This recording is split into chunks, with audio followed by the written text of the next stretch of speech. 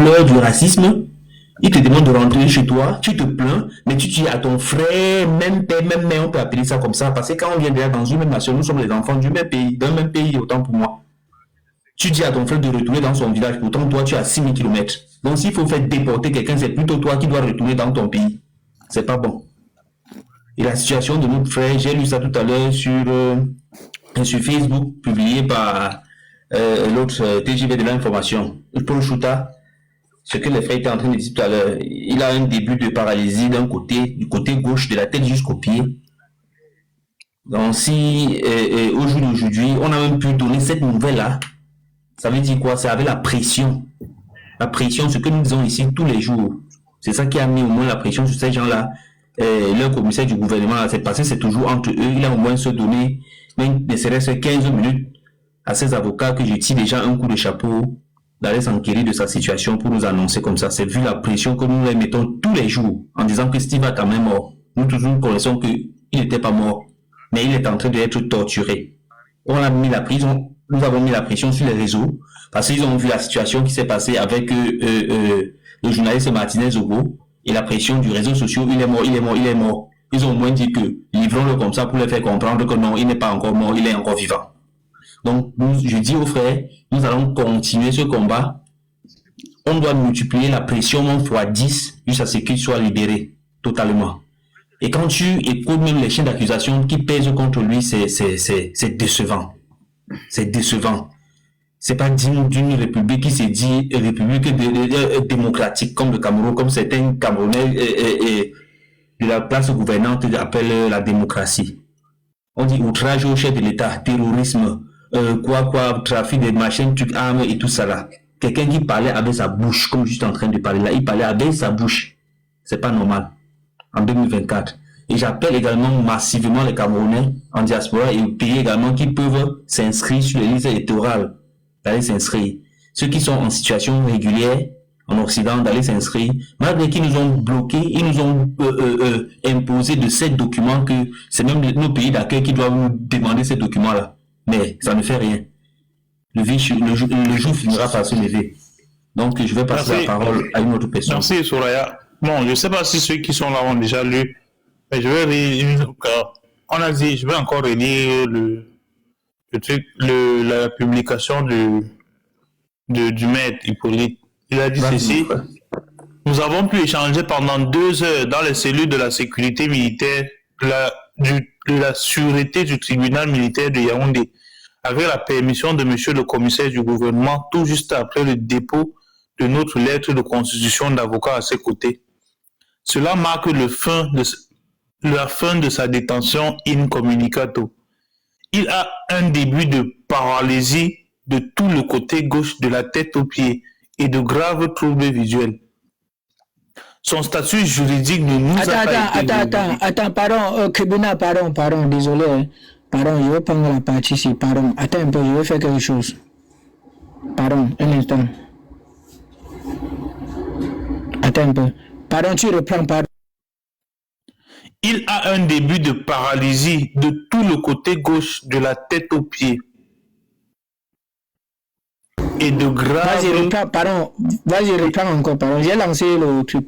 Il a un début de paralysie de tout le côté gauche de la tête aux pieds et de graves troubles visuels. Son statut juridique ne nous a pas été révélé. Il affirme être détenu dans une chambre noire après avoir été bien torturé et ses yeux soumis au projecteur. Il déclare avoir été entendu 6 fois, soit 2 fois. Une fois avec torture, l'autre fois sans torture à la DGRE. Et 4 fois au SCRJ du CED. Je crois que ça doit être le secrétariat du CED. Et la dernière fois, il y a 2 jours. Donc, ça fait 48 heures qu'il a été torturé. La dernière fois qu'il a été torturé. Son téléphone est sous expertise et sa carte de résident confisquée à la DGRE ainsi que 27 000 francs CFA. Les Camerounais qui disaient qu'il était en situation illégale, écoutez très bien. son téléphone est sous expertise et sa carte de résident confisquée à la DGRE, ainsi que 27 000 francs qu'ils avaient dans son porte-monnaie au moment de son enlèvement dans son magasin. Il a besoin des médicaments et surtout des lunettes prescrites par le médecin militaire.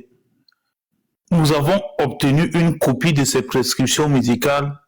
Il déclare échanger pour la première fois aujourd'hui avec un tiers non militaire depuis son ramassage au Gabon, suivi de sa déportation à Yaoundé. Pour l'instant, il est accusé de 5 chefs d'accusation, des allégations d'infraction. Non, il n'a jamais été sans papier. Il a sa carte de résident au Gabon. Il dit être accusé de 5 chefs d'accusation, des allégations d'infraction farfelues telles que actes de terrorisme, insurrection, financement de terrorisme, trafic d'armes, outrage au chef de l'État et membres du gouvernement. Il est soit fait retourner au secrétariat général de la police judiciaire et sera à nouveau déféré à une date que nous n'avons pas la certitude au parquet de monsieur le commissaire du gouvernement. Nous tiendrons l'opinion informée des suites. Ce 20 août 2024, pour le collectif Sylvain Sob, Maître Hippolyte Méli. Le Cameroun se réveillera. Bon, c'est là où ça fait ce jeu. Pardon les amis, il faut tapoter les gars. Vous êtes là, vous êtes ok, merci. Merci mon frère. Tapoter s'il vous plaît. Merci pour la lettre que tu as lu là, vraiment, ça m'intéresse beaucoup parce que il faudrait qu'on essaie d'éclaircir les choses. Comme je dis toujours, je ne sais pas si c'est moi qui ai la parole, bon, si c'est pas moi, je vais prendre la parole. Vas-y, général, vas-y, je crois bien. Bon, comme je disais tantôt, vraiment, nous sommes vraiment déjà heureux que Roman Kota soit en vie. Et puis, je pense que nous n'allons pas lâcher l'affaire. Parce que avec tout ce qui se passe là, c'est une abus aux droits de l'homme. Ça, on a piétiné sa liberté et on a piétiné ses droits. Et en réalité, en ce moment, avec cette lettre que tu as là, je pense qu'il faudrait que tu publies cette lettre pour que tout le monde puisse prendre ça et republier. On doit faire le tapage médiatique par rapport à ça. Parce qu'en ce moment, on n'arrive pas à comprendre qu'un gars qui a dit qu'il n'y a pas l'eau au Cameroun, qu'il y a la guerre, il y a 20 000 morts dans le nord-ouest et le sud. Ça veut dire que moi-même, parce que moi, quand je vois la manière que moi je parle et la manière qui parle, ça veut dire que si on m'arrête, ça va me tuer sans que je ne parle. Parce que quand il dit qu'il y a la guerre dans le nord-ouest, il y a 20 000 morts, il n'a pas menti. Il dit qu'il n'y a pas l'eau, il n'y a pas d'électricité au Cameroun. Il faut que Pobia dégage. Pobia doit dégager. Pobia, c'est quelqu'un qui ne mérite aucun respect aujourd'hui au XXIe siècle. Après un siècle passé en 2024, Pobia ne mérite aucun respect. Il ne mérite même pas qu'on les respecte. Parce qu'un père qui accouche les enfants et qui les soumet à cette peine pendant 42 ans ne mérite pas qu'on les respecte. Il faut qu'on se dise la vérité en face et réellement. Nous avons, avec l'histoire de Roman Kota et de Junior Gombo qui est passé dernièrement, qu'on a pris son histoire pour vouloir voiler l'histoire de Roman Kota, parce que si en réalité nous les Camerounais dormaient, c'est qu'on devait tuer ces mecs. Parce que la torture que tu as lue là, ça c'est ce qu'il a reçu. Il est paralysé d'un côté de son corps. Ce n'est pas normal. Qu'est-ce qu'il a fait pour pouvoir mériter ça? Le Cameroun qui a ratifié la convention de 1951 ne peut pas se retrouver aujourd'hui, quel qu'en soit ce qu'un citoyen a fait. Ça veut dire qu'il est considéré comme activiste. On le récupère au Gabon, on l'amène dans une procédure clandestine. Parce que là, ce qu'ils ont fait là, c'est l'enlèvement. C'est pas on ne l'a pas expatrié, on ne l'a pas rapatrié ou quoi que ce soit. Ça, c'est l'enlèvement. Alors que le Gabon et le Cameroun en a ratifié la Convention de Genève de 1951, qui était de protéger les migrants et leurs droits et les activistes. Bon, on se retrouve en ce moment en train de vivre une histoire pareille. Vraiment, mon frère, quand tu dis que tu vas fermer ta bouche, demain si c'est toi, qui va aussi parler? Qui va parler? Moi, je dis toujours aux Camerounais que levez-vous, parce que 2025 là, si quelqu'un n'a pas son caillou dans son sac, qui va viser pendant que les choses vont passer, en 2025 là, notre destin est dans nos mains. Vraiment, avec ce qui s'est passé là, à ce moment, il faudrait qu'on mette encore la pression. Il faut qu'on s'organise même pour descendre à l'ambassade du Gabon. Parce qu'aujourd'hui, on est descendu là-bas. Ils ont dit que le courrier qu'on avait envoyé à l'ambassadeur, ils n'ont pas reçu et tout ça. On a appelé l'ambassadeur, ça ne passait pas. C'est bien après qu'on a constaté que l'avocat a pu atteindre Romain Kota. Et puis, voilà les photos qu'on a eu à voir et puis et tout ce qui s'est passé. Moi, je vous dis, nous sommes morts. Nous sommes tous morts. Quand tu es même des Camerounais, ça veut dire que tu es même mort. C'est pour ça que tu vois quand les enfants naissent même au Cameroun à l'hôpital, l'enfant pleure beaucoup. En réalité, quand un enfant naît, il doit pleurer juste pour signaler qu'il a envie. Mais un enfant qui est né au Cameroun pleure au moins 30 minutes. On demande même que, mais qu'est-ce qui se passe avec l'enfant? C'est parce qu'il voit la souffrance dans laquelle il est venu se lancer. C'est parce qu'il voit qu'on l'a accouché plutôt dans le cercueil. En fait, ça fait au moins 42 ans aujourd'hui. Et vous savez, de vous à moi, vous savez bien comment nos parents ont fait, non? Tous les temps qu'on voulait se révolter, non, laisse comme ça, ne parle pas, laisse comme ça. On a passé tous nos crédits dans ça. Mon frère, si on continue à faire comme ça, l'avenir de nos petits-enfants serait dans la mer. Comme pour nous, là, on a perdu. Parce que pour nous, là, on n'entend plus rien. Moi, je pense que la réaction du berger, du mouton, réaction du berger. Moi, j'ai dit qu'aujourd'hui, là, ce qu'on a à faire, c'est de riposter. Si on pense qu'on doit toujours faire comme ça, on est les Saintes Vierges Marie. Vous avez compris ce que l'évêque a dit à Bafoussam. Comportement du mouton, réaction du berger. Voilà. Vous avez compris ce qu'un évêque a dit à Bafoussam, non? Parce que vous avez passé le temps à penser que la religion était... que vous avez opté la religion. Que vous, les politiciens, là, vous avez opté la religion. Et je dis toujours que il faut qu'on se ne vous considérez pas trop en tant que parti politique. Parce que quand on se considère trop en tant que parti politique, on nous endort beaucoup. Un peu on dit que c'est Kamto qui a dit que, un peu on dit que c'est le MSC. Alors que tu dois agir, quand quelqu'un te gifle, il ne sait pas que ça fait mal. C'est quand tu le rends qui comprend la douleur de la gifle. On ne va pas passer le temps qu'on nous a giflé pendant 42 ans. Donc vous voulez nous dire qu'on doit tout passer le temps qu'on nous gifle. Mon frère, vous avez vu ce qu'on a fait sur les réseaux sociaux, si personne n'a dormi, on a passé le temps à crier. Si ce n'était pas ça, on devait tuer le mec là. Comme il vous dit qu'un côté est paralysé là, c'est comme ça la mort qui le guettait. Et on va le libérer, il n'a rien fait. Parce qu'il a dit que Pobia a 42 ans, il n'a pas 42 ans. Pobia n'a pas 42 ans au pouvoir. Et tu vas voir un autre Camerounais va sortir dans un Kouara. Il ne parvient même pas à manger. Il dit que vous avez cassé les ambassades, il n'est jamais allé à Douala ou à Yaoundé. Vraiment, c'est minable, c'est misérable pour nous. Mais moi, je vous dis toujours que, je vous dis et je vous rappelle qu'après 2025, la première des choses qu'on va faire, c'est de fermer les églises. Il n'y aurait pas de doctrine, ni de catéchisme. On doit fermer les églises, pardon, là, on met ça dans le frigo. Chacun doit répondre de ses actes. J'ai vu un type qu'on est en train de taper un père de famille, on le tape comme un sauvage, parce que le type là a volé. Alors que vous avez les ministres à côté de vous là-bas, non? Qui ont volé, ils sont libres, non? Vous êtes incapable de vous indigner. Vous avez peur de dire que Pobia vous a dérouté. Bande d'incapables, vous êtes incapable de dire que Pobia vous a dérouté. Mais vous que frères qui volent pour manger, vous le tuez. Vous brûlez les bandits. Vous voyez ce que vous êtes devenus? Vous êtes tellement minables. Les Camerounais sont tellement minables.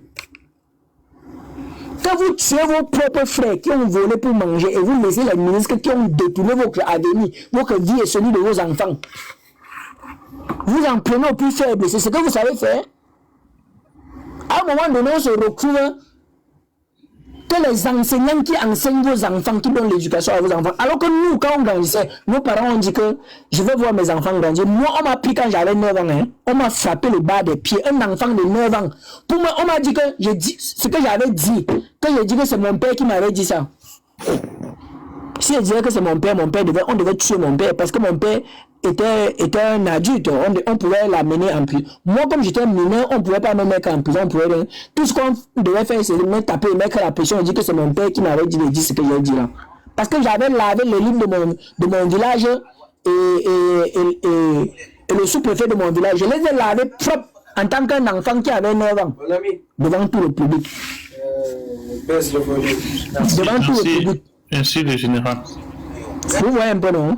Donc, aujourd'hui, là, si on se met à vivre comme ça, là, vous pensez que quelqu'un viendrait changer nos situations? Personne ne doit changer. Mon frère, levez-vous. Personne ne doit venir changer. Vous dites que Dieu, que Dieu. Après, vous dites que la paix. Il y a 20 000 morts dans le nord-ouest sur le sud-ouest.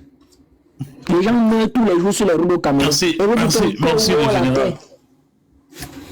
Merci, mon frère. Vas-y. Je ne dois pas confisquer la parole. 237, si tu es un mot, vas-y, on a levé les équivoques. Ramon Kota était résident permanent au Gabon.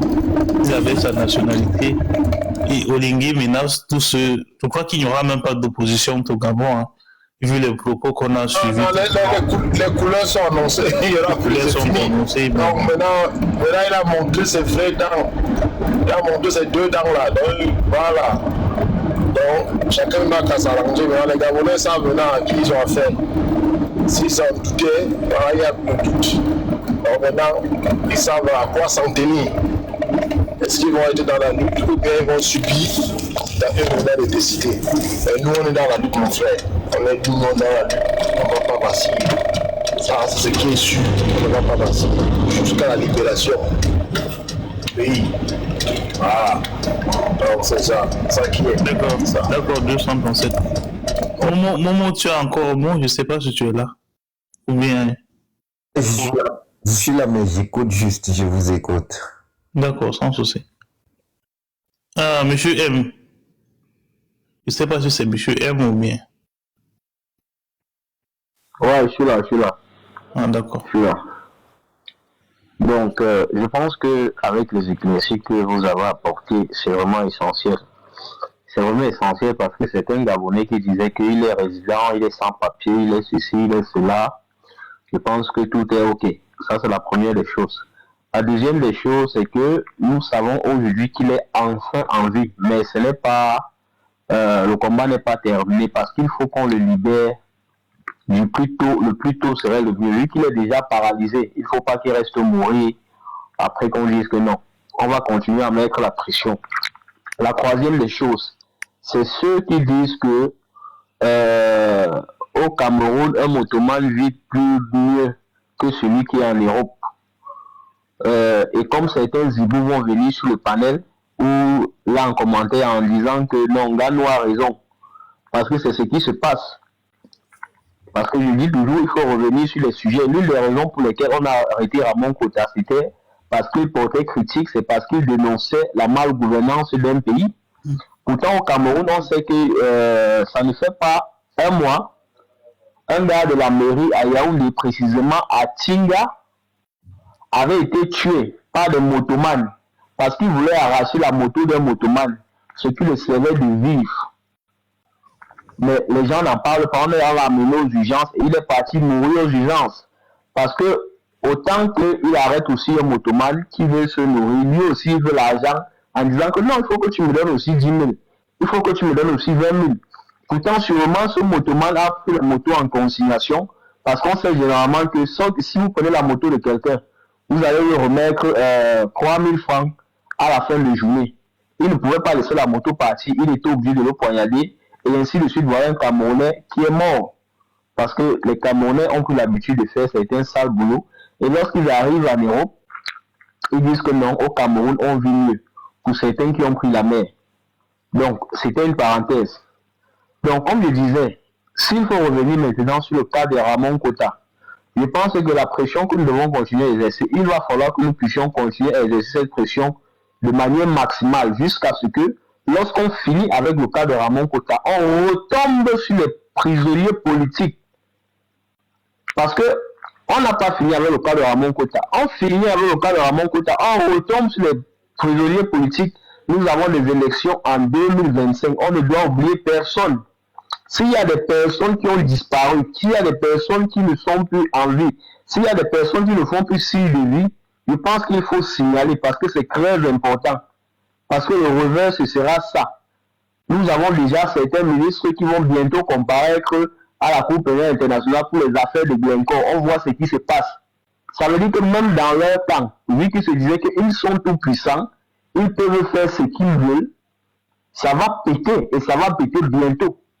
Donc, la pression que nous avons exercée pour que Ramon Kota puisse enfin, pour qu'on puisse voir au moins son visage, malgré sa paralysie, il faudrait que nous puissions continuer à forcer la main pour que nous puissions continuer ce combat.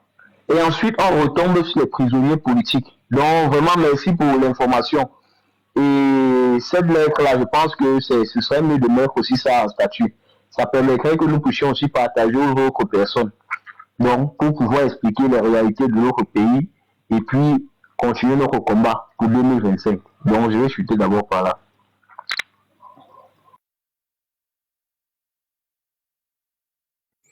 Merci, monsieur M.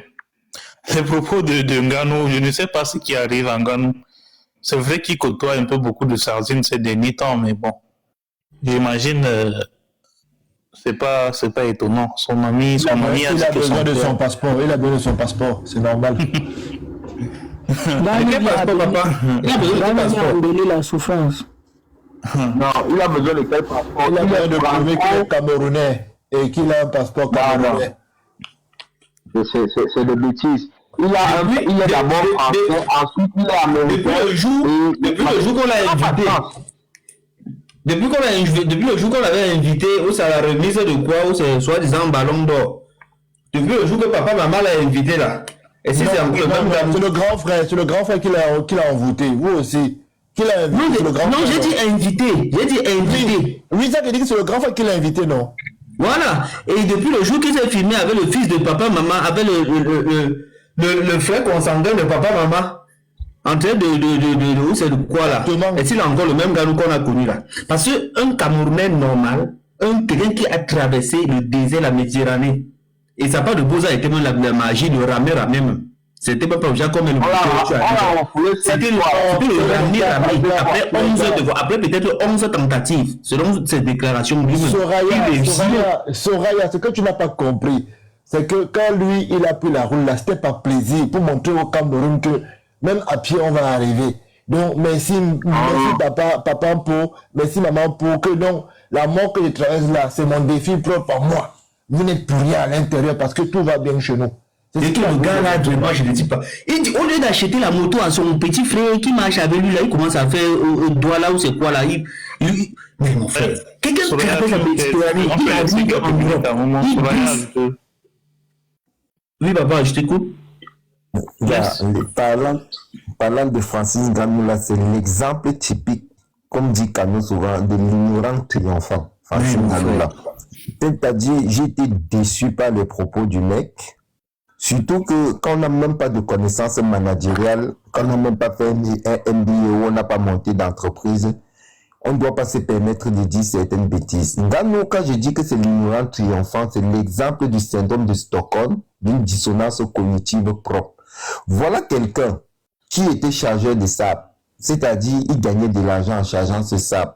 Tellement son métier était noble, salué et respecté par tout le monde au Cameroun, il a abandonné ce métier. Il a préféré prendre la route du désert. Il a traversé le Nigeria contre violer les lois du Nigeria où il aurait pu être attrapé par la police, attaquer le Niger, l'Algérie, partir au Maroc, escalader une barrière de je ne sais combien de mètres où c'est le ramé 11 tentatives comme vous dites là. Le gars il arrive en Europe. Il se découvre dans un talent de super cuisinier, de super tout. Après, il se découvre un talent même que non, il peut taper les gens pour vivre. À cause de l'environnement des affaires, le climat des affaires qui sévit en Europe, à cause des entraîneurs qu'il a eu, à cause du système et de la chance qu'on a pu lui donner, il est sur le toit du monde, il est sur tous les projecteurs. Maintenant qu'il est sur le toit du monde, il trouve quand même que lui, un motoman qui est au Cameroun, qui respire la poussière, qui travaille de nuit, qui souffre des hémorroïdes, qui souffre de la faiblesse sexuelle, qui souffre de tous les maux, qui n'a pas l'assurance maladie, qui n'a pas le chômage, qui ne sait même pas où il va. Il ne peut pas on ne peut pas le payer une rente en cas d'accident de travail. Qui sa moto n'est même pas assurée, c'est-à-dire sa moto n'est même pas assurée. En cas de vol, il perd la moto. Francis Ngannou nous fait comprendre aux Africains et aux Camerounais que en cas de vol, il perd la moto et on le poignarde. Momo, s'il te plaît. En cas de vol, il perd la moto et on le poignarde parce qu'on tue les gens sur les motos. Donc, c'était juste pour ajouter. Il perd sa vie. D'accord. Avec tout ça, et le motoman non seulement paye les taxes, en dehors de payer les taxes, s'il ne donne pas pour le policier, il aura des problèmes. Awara, c'est Awara qui tombe sur le mototaximan et que la résurgence des mototaxis au Cameroun n'est que l'échec d'un manque de route.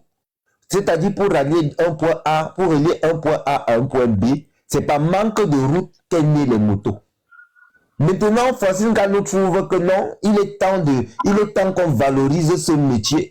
C'est normal. Paul Biya dit qu'on doit prendre l'exemple sur Francis Ngannou qui est un bosailleur. Lui, on peut prendre l'exemple sur la clameur, la force, le courage, la vie, la détermination. Quelque chose. Vous n'avez pas compris. Vite fait, vous n'avez pas compris quoi là-bas. Ngannou, depuis son enfance, il a toujours rêvé d'avoir un oncle ministre et côtoyer le cercle là. Il y a des gens qui vivent avec ça dans leur vie et ils ont besoin de ça pour pouvoir dire qu'ils sont arrivés à quelque chose. Pendant qu'on continue. D'accord. Donc Francis Ngannou va donc remarquer que comme du haut de son talent là, lui il est arrivé, il va venir maintenant, il va dire aux Camerounais que ceux qui vivent au SMIC en France ne sont pas mieux que ceux qui font la moto au Cameroun. Quelle incongruité, quel ignorant triomphant, quelle imbécilité, quelle incrédulité. Lorsque vous avez fait un peu de management, et lorsque vous vous levez le matin, prenons même le terre à terre comme au village, lorsqu'un moto-taximan se lève le matin, il s'en va, il prend la moto, il met l'eau, il prend la rivière Ngannou, il puise l'eau de la rivière, il met dans le réservoir de la moto, il fait broum, ça démarre, il part. Quand il a fait des kilomètres, il prend encore l'eau, il met Ngannou. Déjà même pour aller puiser l'eau, il faut quand même marcher à pied, il faut quand même fournir un effort, Francis Ngannou. Ce n'est pas l'eau qu'il met. Il prend le litre de carburant à 840 francs CFA. Donc lui, il met un litre de carburant à 840 francs CFA. Ça veut dire qu'à l'époque, quand c'était 730 francs, il lui fallait mettre 2000 francs de carburant par jour pour travailler. Donc aujourd'hui, c'est passé au moins à 2500. Francis Ngannou n'a pas tenu compte des 2500 qu'il fallait d'abord retirer dans les 7000 francs. Il reste combien? Il va rester 4500 francs. Ça veut dire que le moto-taximan là ne travaille que 4500 francs par jour. Il travaille combien d'heures? Avec tous les risques, toutes les maladies. Francis Ngannou croit que les 4500 là, quand tu vas faire fois 30 jours qu'il a travaillé, c'est le salaire du moto-taximan. Non, c'est pas son salaire. En fait, c'est le chiffre d'affaires de l'entreprise. Parce qu'il y a aussi l'amortissement. La moto n'est pas éternelle. La moto va disparaître au bout de 2 ans. On peut même la voler le lendemain. Il n'aura pas d'assurance. Il peut faire un accident avec la moto. Il perd la moto. Il ne sera pas remboursé. S'il te plaît. Il ne sera pas remboursé. Au bout de 2 ans, il y a un coût d'amortissement. Donc, Francis Ngannou devrait encore penser que dans les 4500 francs là, lui, la moto lui a coûté 600 000 francs. En combien de jours, il doit mettre combien par jour de côté? Est-ce qu'il doit mettre 300 francs par jour? Est-ce qu'il doit mettre 4 000 ou 10 000 francs par mois? Il peut mettre, s'il décide de mettre 10 000 francs par mois, en 12 mois, Francis Ngannou, ça lui fait 120 000. Donc, s'il met 10 000 francs par mois sur son salaire de côté pour acheter une nouvelle moto, en 5 ans, il aura 120 000 fois 5. Donc, en 5 ans, il aura 600 000 pour acheter une nouvelle moto. Francis Ngannou, il n'a pas lui pensé à ça. Francis Ngannou n'a pas pensé que si le gars fait l'accident maintenant, la pension retraite, il n'aura pas. L'assurance, le chômage, il n'aura pas. Il n'aura rien. Et mais Francis Ngannou a quand même le courage de prendre ce genre d'incrédulité à nul pareil. Même mon fils, ami qui a 3 ans là, réfléchit mieux que Ngannou. Parce que lui quand même, il est à côté d'un papa qui lui dit que quand tu vas acheter à 1 euro, tu vas à 2 euros. Ça veut dire que tu n'as pas eu le bénéfice d'1 euro. Parce que dans les 1 euro de bénéfice, tu dois payer, il y a ton salaire, il y a tes soins médicaux, il y a ta pension retraite, il y a tout dans les 1 euro là. Donc ça veut dire qu'en réalité, tu as eu peut-être 30 centimes. Non, Francis Ngannou, il n'a pas eu cette chance. Donc il s'est découvert seulement un talent de beau parleur, de star sur les réseaux pour venir dire de telles bêtises. Donc en réalité, les gars, si vous regardez bien le salaire d'un moto-taximan au Cameroun, c'est moins de 50 000 francs CFA. Est-ce que vous saviez que l'Organisation mondiale, je crois que c'est le PNUD, je crois que ça doit être le PNUD, le Programme des Nations Unies pour le développement, elle dit de personnes extrêmement pauvres. Toute personne qui vit avec moins de $2 par jour. $2, ça fait quoi? Ça fait quelque chose comme 1200. Ça fait quelque chose comme 1200. Fois 10, ça fait 12 000. Fois combien? Fois 3. Donc 12, ça fait disons même 1000 francs par jour. Fois 30, ça fait 30 000. Donc le moto-taximan dépasse une personne qui est extrêmement pauvre seulement de 20 000 francs CFA. Maintenant, faudra-t-il rappeler à Francis Ngannou qu'un sac de riz de 50 kg coûte dans son pays 26 000 francs. Faut-il lui rappeler qu'un savon coûte combien? Un paquet de spaghettis coûte combien? Une bouteille d'huile Mayor, ça coûte 1500. Et puis il va payer quel loyer? Le moto-taximan va payer quel loyer? Au point où tu prends un moto-taximan pour aller le comparer à quelqu'un qui gagne 1400 €. Dans les 1400 € du gars, le gars a déjà fait sa cotisation, sa pension retraite, ses cotisations, santé, tout. Donc en réalité, le gars touche 1700 €. Ce n'est pas 1300. 1300 €, c'est ce qu'il encaisse en net. Et celui qui l'encaisse en net, s'il décide d'aller vivre le luxe dans une maison de 800 €, c'est son problème. Il peut même encore aller à la mairie. Il dit à la mairie, on va encore lui donner des allocations, machin. Il peut aussi décider même. Il peut décider même qu'au lieu de payer mes 800 € que je paye là, je préfère prendre un crédit immobilier. Les 800 € que je paye là, c'est ma maison. Au bout de 20 ans, j'ai remboursé. Au bout de 20 ans, peut-être le gars a remboursé 150 000 €, 200 000 €. Quand il veut rentrer au Cameroun, il prend sa maison à 200 000 €, il la vend 130 millions dans ses poches, il porte ses pieds, il part dans son pays. Depuis quand le moto-taximan peut faire ça? Francis Ngannou a oublié que ceux qui vivent au SMIC en France, ils ont tous des voitures. Ils peuvent encore aller faire les conteneurs, ils envoient en Afrique. Ils peuvent encore se convertir en businessman. Mais Francis Ngannou est malade, les gars. Francis Ngannou est malade. Je crois que c'est l'autre haricot que le mec a bu. Bon, les gars, moi, je m'arrête là. Momo, je ne sais pas. Est-ce que tu as suivi un soi-disant un gars de la diaspora qui disait que avec 10 000 francs, que Francis Ngannou avait raison, que lui il a travaillé au Cameroun comme Ben Sikina, et c'est ça qui l'a permis d'être en Europe. Et qui travaille chaque jour 10 000, je dis bien 10 000, et qu'il arrivait à épargner 5 000 francs chaque mois. Et que le jour là où vous décidez de voyager, il allait s'être informé parce qu'il devait voyager pour l'Ukraine. Je crois qu'il se trouve en Ukraine, là. Sauf que là, il est ailleurs. Je crois que c'est la relance. Oui, la seule personne de toute la diaspora qui se permet un visage ouvert, tu le vois, le gars est bien important. La question, c'est que qu'est-ce que toi tu feras en Europe, vu que être bensikino au Cameroun, là, c'est le succès. Vu que c'est le succès, rentre au pays et continue à faire ta moto. Mais... Oui, je te prie. Attends, quand il dit, moi je dis souvent qu'il y a trop de cons sur terre. Quand quelqu'un va s'asseoir en Europe, il vient dire des bêtises. Moi, je vais vous prendre un simple exemple. Hein. Allez même seulement faire un petit statut d'entreprise conjoint collaborateur, un truc comme ça. Allez à Aubervilliers, achetez-vous une petite camionnette, prenez les produits là-bas, allez sur les marchés, allez les vendre. Vous allez payer 20 moto-taximans. Je dis 20 moto-taximans. C'est-à-dire pour quelqu'un qui est dans la diaspora, ton salaire seul, tu peux te sacrifier en un mois. Tu prends tout ton salaire en un mois, tu vas acheter combien de motos? Donc toi seul, étant dans la diaspora en un mois, tu peux sacrifier ton salaire 2 mois. Tu dis que bon, je vais dire bon, la vie, je vais venir un peu squatter chez toi 1 mois seulement. Pardon.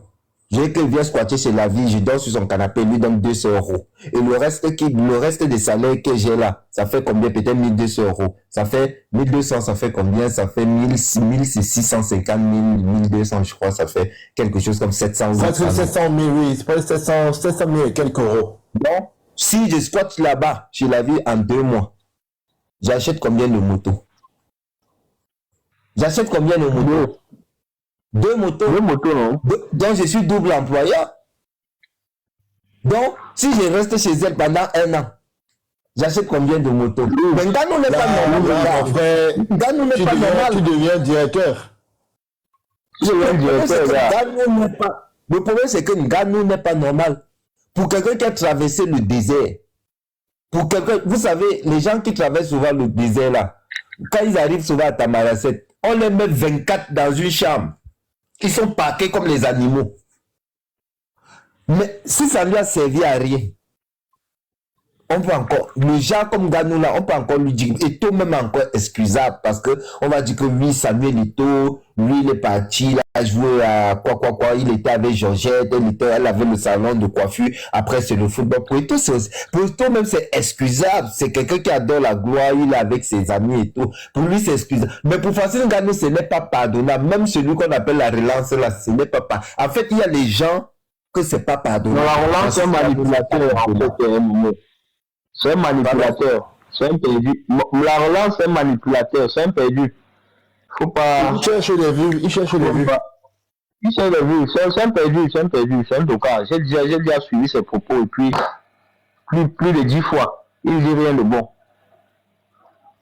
Et moi, j'ai l'impression même que la plupart des gens qui traversent la Méditerranée, là, arrivés en Europe, ils se découvrent un talent, de pro billard, ils découvrent que tout va bien au Cameroun, et que tout allait super bien, et ils ne savent pas ce qu'ils sont venus chercher en Europe.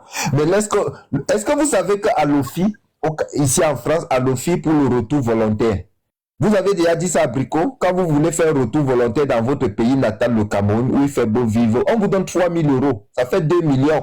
Avec 2 millions, attendez, avec 2 millions, ça fait combien de motos? Ça fait 500 000, ça fait 4 motos. Mais la relance, vient seulement faire un retour volontaire au pays, on te donne tes 2 millions, tu achètes tes 4 motos et tu travailles 10 000, ça fait combien? 40 000. Les gars, ne me faites pas rire.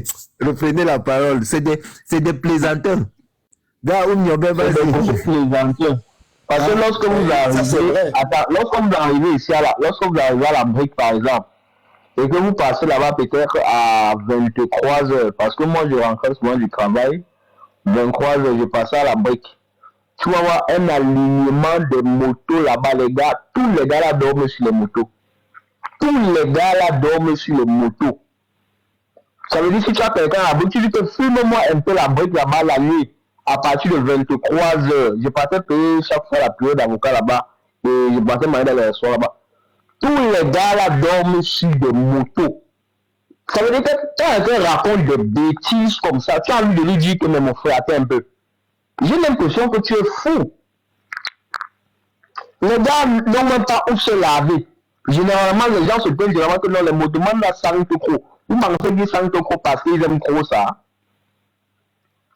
Vous pensez que les motomans là sentent trop parce qu'ils aiment beaucoup ça? Quand tu vas venir monter sur la moto d'un motoman, tu vas lui dire que non, mon frère, comme tu vois là, ouais, je n'avais pas la monnaie. Bon, voilà 300, il manque 50, non? Il va arrêter le contact de sa moto, il va dire que donne-moi mes 50. C'est fou. Donne-moi, vous allez bagarrer là même pour 30 minutes, vous allez discuter là pour 30 minutes. Tant que tu ne donnes pas ces 50, il ne te laisse pas. Le Cameroun, nous on connaît si. Mais attends, vous êtes en train de blaguer. Et quand les gars racontent des trucs comme ça, il y a quand même des sorciers qui sortent derrière pour dire que non, il a raison. Il a raison. Vous savez les risques qu'il y a dans la vie avec les gars de moto là. Ou quand vous êtes à Fekafu, Chinga, Mokolo, Brick, on arrache le sac de maman là-bas. Que la rentrée comme ça, c'est un bon là, tu vois, une mère se roule tout au sol comme ça parce qu'on vient de l'arracher le sac, on est parti avec. Tu vas aller te plaindre chez qui? La même personne a découvert le corps d'une femme qu'on avait séquestré, attaché, violé, fait tout. Les anti-gangs étaient venus à l'entreprise pour regarder les caméras de surveillance. J'ai dit que merde, c'est pas possible. Vous connaissez le pays qu'on est en train de parler ici. Aïe, quand certaines personnes passent, moi, ils disent qu'il y a quelque chose qui ne va même pas très bien dans leur tête. Parce que si ça allait, et si les gens connaissaient les réalités, je ne suis pas sûr que Samuel Eto'o, que lui raconte des bêtises comme ça, parce que lui, il est à l'Afrique Foot, et puis il a zéro pas de la brique. Parce que je suis sûr que si un jour il a pu sortir, c'est qu'il a pu voir comment on arrache ça qui était de Motion. Eto'o, avec le type là, c'est les mêmes gens. Il n'y a aucune différence. Même à 0,125. Non, je ne le soutiens pas. Si Eto... Non, je ne le soutiens pas. Non, non, je n'ai pas dit que tu le soutiens. Je n'ai pas dit que tu le soutiens. Oui, je vais aider ce que tu dis. Si Eto, aujourd'hui, n'est-ce pas? Nganou est bête. Pardon. Si Eto lui-même est allé à Limbe, avec les gendarmes derrière lui, nous tous on voyait. Il prend le soya, il mange. On l'a utilisé pour blanchir la crise anglophone. Il prend le soya, il mange que je suis à Limbe, ça me garde du corps. Il fait bon vivre au Cameroun. Et tout ça, on filme, on balance pour montrer à la CAF et la communauté internationale qu'il n'y a pas de problème au Cameroun pour qu'on vienne organiser la CAN que nous tous nous connaissons. C'est grâce à Eto que la CAN a été organisée. Si Eto est capable de faire ce genre de choses là, mon frère, ce n'est pas ce que Nganou a fait là qui est plus dangereux que ça. C'est les mêmes gens. Allez, merci. Ok, moi je voulais dire... Non, je dis pas, c'est pas les mêmes gens. Je ne discute même pas, je suis d'accord. C'est les mêmes gens. C'est les mêmes guillemets. Parce que Nganou, c'est la bêtise seulement. Les mêmes gens, pour Samuel était encore mieux. Pour Samuel était quand même intelligent. Pour Nganou, là, c'est la bêtise. Franchement, c'est la bêtise, mon frère. Pour Nganou, vraiment, salut Momo, salut à tout le monde. Pour Nganou, vraiment, c'est... Moi, j'ai dit l'autre jour, il est vraiment bête. Et il doit arrêter de parler parce que il va faire en sorte que les Camerounais, vraiment, il va encore cliver plus de personnes. Parce que ses propos, vraiment, j'ai écouté, c'est lui comme vous appelez la relance. Il a essayé, il est venu parler de l'Allemagne. Je lui ai écrit en bas que il a pris le prix du ticket. Il explique les choses fausses. Moi, j'ai l'impression, il croit qu'il vit seul en Allemagne, disant que le ticket, je lui ai dit que ça coûte 49 €. Tu as 49 €, tu te balades dans toute l'Allemagne, du sud, du nord à l'ouest. Il m'a répondu que si tu rates le train, mais tu attends le prochain. C'est pas le train, c'est dans combien de minutes? Non, attention, je vais t'expliquer un truc, moment. Le réseau ferroviaire allemand c'est le plus développé au monde. Ah oui, avec 49 €, tu circules dans toute l'Allemagne. Non seulement c'est le plus développé, c'est-à-dire c'est pas le réseau de la France. Hein. J'ai dit ça arrive dans tous les villages. Tu peux arriver partout en Allemagne. Si tu payes le train, tu attends, c'est 1 heure de temps. Voilà. C'est trop comme ça. Ça dépend de où tu te trouves. Ça dépend de où tu es en train de partir. Les Allemands même disent souvent qu'on peut même déposer toutes les voitures. Tout le monde prend le train, on n'a pas de problème. Gars, en majorité, c'est comme ça que les gens voyagent. Ils gagnent les voitures, ils prennent le train. Justement, beaucoup de personnes le font. Moi-même, je n'ai pas de voiture. Je pars avec. Ça va me prendre là. Tu payes même plus de taxes avec ça. Si tu gagnes mal, la police, tu gagnes la mairie, tout ça. J'ai vendu les bêtises depuis. Si moi qui étais en Allemagne, c'est un réseau ferroviaire vraiment impressionnant. Voilà. Moi, dans le Baden-Württemberg, et surtout avec le système de Deutschland c'est très grave. Oui, c'est grave. Quelqu'un vient là, il veut justifier. Je lui ai écrit que non. C'est comme c'est mieux au pays. On dit que Brico a demandé le Nguna. Il y a, je sais plus. Le réseau allemand, on sait que ça s'appelle la Deutsche Bahn. Attendez les gars, le réseau allemand de 13, la Deutsche Bahn, non? Voilà, la Deutsche Bahn, c'est un réseau performant, je ne vous dis pas. Hein. Bon, j'ai eu à travailler il y a très longtemps, un peu avec la collaboration, je crois, de Siemens.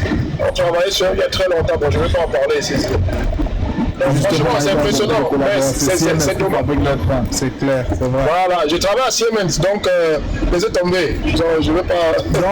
Non, justement, pour dire quoi, Momo, j'ai écouté, je suis allé écrire que bon, comme c'est vrai, comme ce que tu dis est très logique, c'est-à-dire comme il n'y a pas d'incongruité dans ça, je t'offre 5 motos, tu rentres à Ezeka, tu seras un chef, un grand entrepreneur.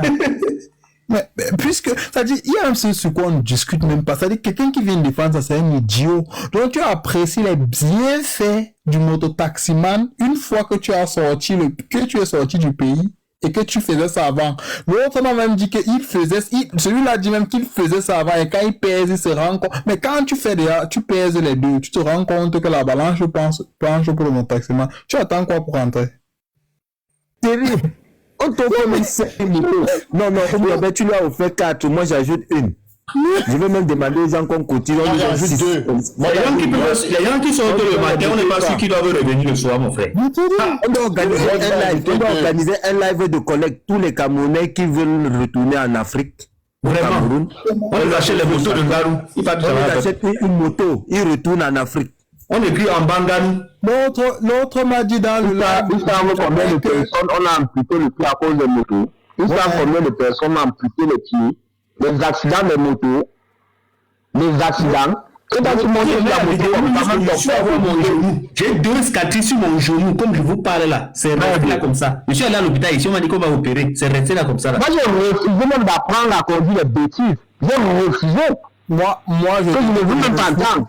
Moi, je peux te compter le nombre de fois que moi, j'ai pris la moto au Cameroun. Compter. Je dis te compter. Moi, il ne prenait pas ça. Tu sais pourquoi? Ça a tué 2 personnes devant mes yeux, comme ça. Je dis pas qu'on m'a raconté. Je dis le cerveau est sorti, ça a roulé comme le ballon. Devant mes yeux. Dans un rond-point à Yaoundé. Mais jusqu'aujourd'hui, j'ai l'image dans ma tête. Et le monsieur sortait acheter le vin rouge au deuil de sa maman, pour le deuil de sa maman. C'était les bêtises qui sont les événements qui sont souvent à Yaoundé là. J'ai dit, le vin là s'est éclaté, le carrefour, ça s'est mélangé avec l'eau. Mais j'ai dit que c'était,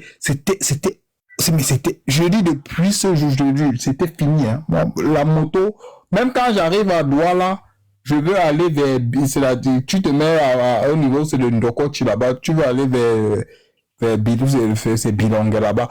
S'il n'y a pas, il y a un OPEP quelque part en bas d'un petit échange. Si ce n'est pas là, je prends mon 1-2. Si ce n'est pas, c'est pas ça, je rentre me coucher chez moi. Je dors. Non, ne me demande, je ne veux pas de soucis. Un truc que c'est-à-dire que si tu veux calculer le facteur risque dans ça. Mais gars, il n'y a même pas photo.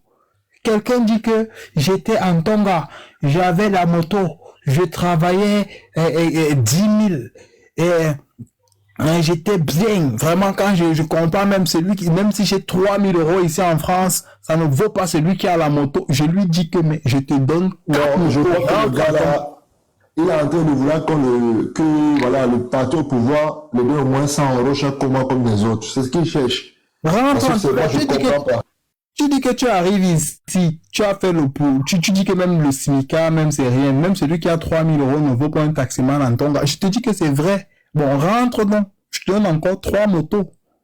Puisque tu as peut-être moins de 3 000 €, tu fais quoi là? Tu fais quoi là? Tu dis que c'est l'Europe, tu regardes dans d'être venu. Mais va prendre tes 3 000 € qu'on donne même pour frais de rapatriement. Tu prends ça, tu rentres. Je dis que les gens aiment se mentir. C'est-à-dire tellement, hein. Je ne comprends pas. La preuve que ce qu'eux-mêmes disent est faux, c'est que c'est leur présence ici. C'est comme avec Kémy Séba. Quelqu'un, ce qui m'a plu sur lui, c'est qu'il a remis, il dit qu'il passe le temps à tirer sur la France. La France a pris son passeport. Il a brûlé la France, il a dit ok, c'était bon. Mais moi, s'il ne revendique pas sa nationalité, ça va, hein. S'il ne demande pas la France de remettre, c'est que c'est bon, il n'y a pas de souci. Ça, là, on est d'accord. Mais si c'est toi qui dis que la France, c'est le diable, la France, après, tu dis encore que je veux le passeport français, mais attends. On appelle ça l'incongruité. Je suis d'accord. On appelle ça l'incongruité.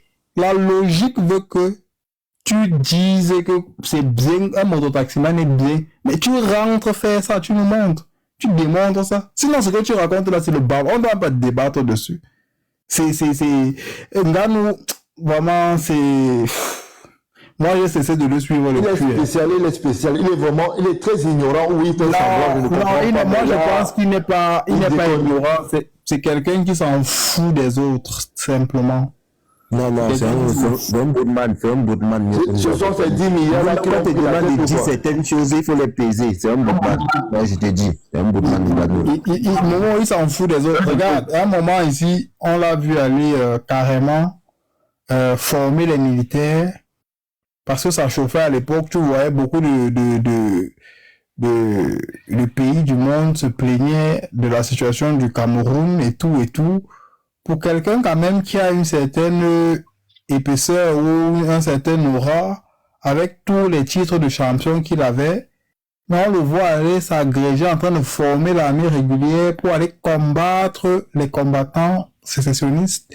Quand même, pour moi, ça depuis je vois compliqué. C'est quelqu'un qui n'a pas l'œil de ça, qui n'a pas fréquenté. Et puis il ajoute encore ça à sa bêtise. Parce que le problème anglophone, c'est un problème politique. Voilà. Il y a plusieurs visions. C'est un problème politique, ce n'est pas un problème de rapport de force. Ça ne va jamais donner. C'est l'une des raisons pour lesquelles ailleurs, nord-est et au sud-est ne s'arrêtent pas. Parce que les leaders de l'opposition, les leaders qu'on suppose que bon, ce sont eux qui représentent les anglophones, elles ne sont pas mis à la table de négociation pour négocier en disant que bon, allons sur un pas peut-être du fédéralisme pour pouvoir cesser cette guerre. Mais vous avez un monsieur qui ne connaît même pas, je ne suis pas sûr qu'il connaît l'histoire du Cameroun. Je ne suis pas sûr. Peut-être qu'en boxe, il est fort, c'est bon. C'est une bonne chose, chacun est fort dans son mouvement. Mais à un certain niveau, lorsque tu ne maîtrises pas quelque chose, tu es ce tout à fait silencieux. Ça permet de croire à certaines personnes que tu es au moins sage. Mais si tu ouvres déjà ta bouche dans tout ce qui va, dans tout ce qui monte sans pouvoir débattre, c'est un problème. Moi, il y a des sujets sur lesquels, même si j'étais un panel TikTok, si je ne suis pas informé, moi, je ne monte pas. Parce que je dis, je ne peux pas venir raconter des conneries là-bas. Je m'informe d'abord avant de monter pour venir dire, voici mes sous. C'est comme ça que ça marche. Mais au Cameroun, il vous dit carrément que non. Un ottoman vit carrément bien. Un ottoman vit carrément bien. Vous savez combien de personnes sont déjà mortes sur l'histoire de moto?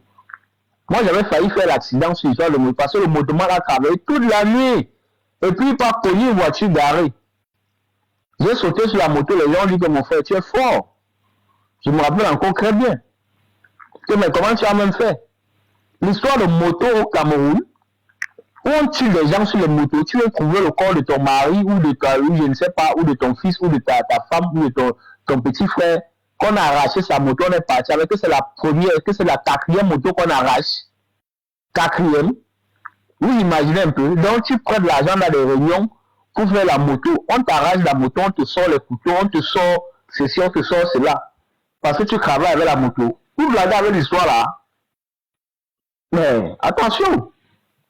Et puis comme il a une légende, il se permet de raconter. Qui se cherche un conseiller politique pour pouvoir marcher avec lui? Ça va permettre qu'il ne raconte pas des bêtises à ciel ouvert. On a un charisme qu'on a. Je vais vous laisser, hein. Passez une très bonne soirée, les gars. Okay. Pardon, continue ta conversation. Bonne soirée à vous tous. Demain.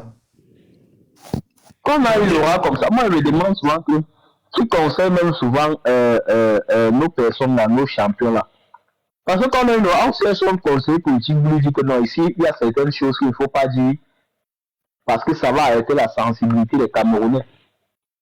Mais lui-même déjà, je pense qu'il est français, il est américain, il est camerounais, machin et tout. Mais attendez. Donc il change alors de place, il t'a refait la moto. Donc, il a préféré laisser la moto qui faisait à droite là. Il n'est même pas camerounais. Parce que tout ce que tu entends, les gens racontent que Joël Embiid, il est français, il est américain, ils ne sont plus camerounais. Si on veut respecter la loi, c'est que, ça dit, nous sommes un pays d'idiots. Nous sommes idiots.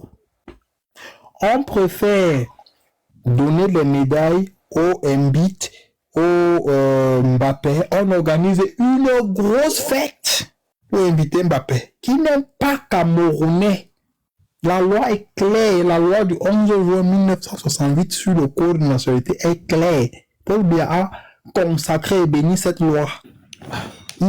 Ça les disqualifie tous. On préfère organiser des grosses cérémonies pour leur donner, pour les décorer au détriment des petits jeunes ou des autres Camerounais qui excellent dans des domaines de pointe. On préfère donner ça aux personnes qui courent, comme Max dit souvent, derrière le caoutchouc. Ils veulent simplement s'agréger sur la notoriété ou sur l'image ou sur, je sais pas, sur l'aura que les personnes là ont actuellement. Pour pouvoir, on peut dire, se refaire une certaine virginité politique, c'est tout. Hein. Et même, ils organisent le fait, hein, parce qu'en fait, même les Limbi, même il est une victime, il ne sait même pas. On le fait dans tout ça. C'est juste qu'ils veulent s'agréger sur l'aura de ces personnes-là pour se refaire, ça genre, une certaine personnalité en politique ou pour redorer leur blason. Sinon, qu'est-ce qui explique que vous donnez une médaille à Joël Embiid ou à Mbappé? Ça dit que vraiment, je cherche ça de loin à large. quand on regarde la loi. Je ne comprends pas. Il y a des Camerounais qui sont bloqués partout, les ingénieurs, les docteurs, les professeurs partout, on ne les calcule pas. Mais on donne ça aux gens qui courent derrière le ballon, qui n'apporteront rien, c'est-à-dire rien au développement concret et fondamental du pays. C'est-à-dire qu'il ne vous calcule plus. Il n'est plus camerounais. On lui donne le passeport camerounais à lui, on lui donne pas aux autres. On a arrêté un ingénieur camerounais disant qu'il avait un passeport camerounais sur lui et un passeport allemand. Nganou a ça, Samuel Eto'o a ça, et l'Mbappé ont ça, tous ont ça. Mais l'autre, on l'a fait faire la prison. Il est ingénieur, hein. L'autre court simplement derrière le caoutchouc. C'est-à-dire que je veux montrer aussi la décadence. C'est-à-dire, regardez vous-même, on peut voir à partir de là la projection de ce régime. On peut voir ce qu'ils sont en train de préparer pour nous. C'est-à-dire que c'est des obscurantistes, ils ne connaissent même pas où ils vont. Quand ils sentent qu'il y a un petit truc sur lequel ils peuvent s'agréger, ils collent simplement dessus. C'est tout. C'est tout. D'accord. Tu as fait comment pour monter sur cela? Tu as laissé tes amis. Tu es toujours dans des lives de choc. Non, tu sais, il faut apporter souvent ils m'ont bloqué. Je passe là-bas. Comment ça? Ça je passe là-bas, ils cherchent. Bloquez là. Dis-nous, comment ça bouge ici? Vous allez me bloquer. Moi, je ne vais pas vous louper. Parce que s'ils me donnent la parole, ils sont cuits, moi je bombarde, je pars. C'est un peu ça. D'accord. 237, on continue sur le mois demain. Demain, vraiment, merci. Demain, on sera demain. Merci d'encore. On fait le combat continue. Bonsoir à tout le monde. Ciao.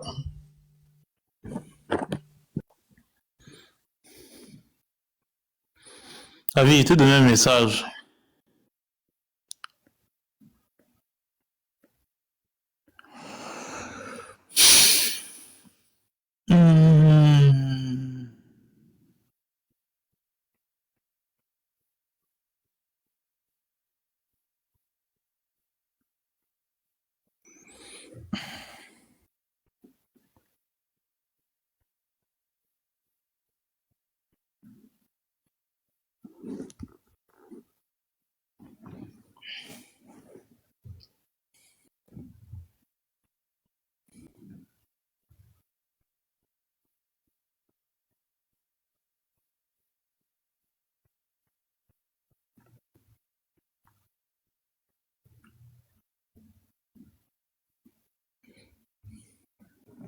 Avi.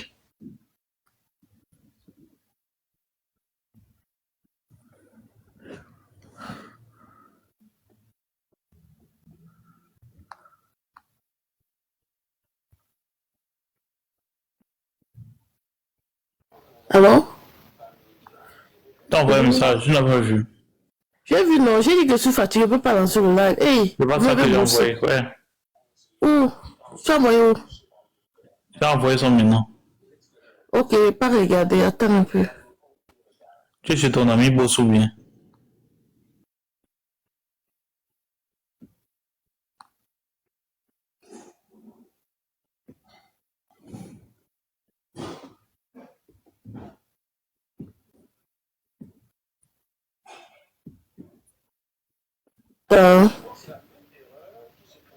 Allô? Oui, allô? Tu m'appelles, tu même dans un autre... J'ai vu... Non, je sens retrouver quelque chose. Ah, d'accord. Bon, j'ai vu, bon, après, non. Tout à l'heure. Bon, t'as bye.